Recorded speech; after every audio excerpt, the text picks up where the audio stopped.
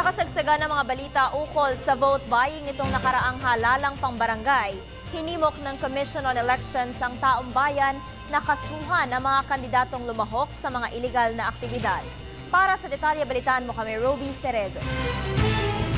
Hinimok ng Commission on Elections sa COMELEC ang taong bayan na manguna sa pagsampa ng kaso sa mga kandidato na nakilahok sa mga iligal na aktibidad nitong nakaraang halalang pambarangay.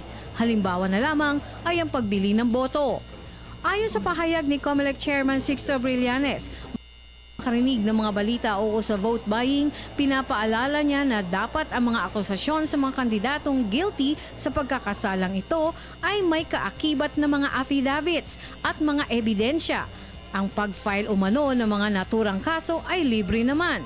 Dagdag pa ni Brillantes na ang pag-file ng mga naturang kaso ay maaaring idiretso sa Law Department ng COMELEC o sa Opisina ng Government Prosecutors.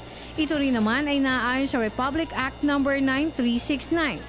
Ayon pa sa Section 43 ng naturang batas, ang COMELEC ay nasa posisyon upang manguna sa mga investigasyon sa lahat ng mga opensa na may kinalaman sa eleksyon. Nitong nakaraang Lunes ay karaniwang napapabalita na ang pagbili ng boto.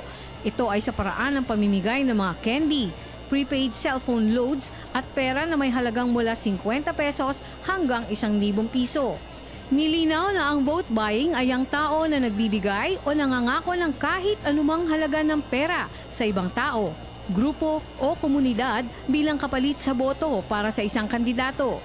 Ang sinumang mapapatunayan nagkasala ay maaaring makulong sa loob ng 1 hanggang 6 na taon, mawawalan ng karapatang bumoto at matatanggal sa posisyon sa gobyerno. Para sa Telebisyon ng Bayan, ito si Roby Cerezo.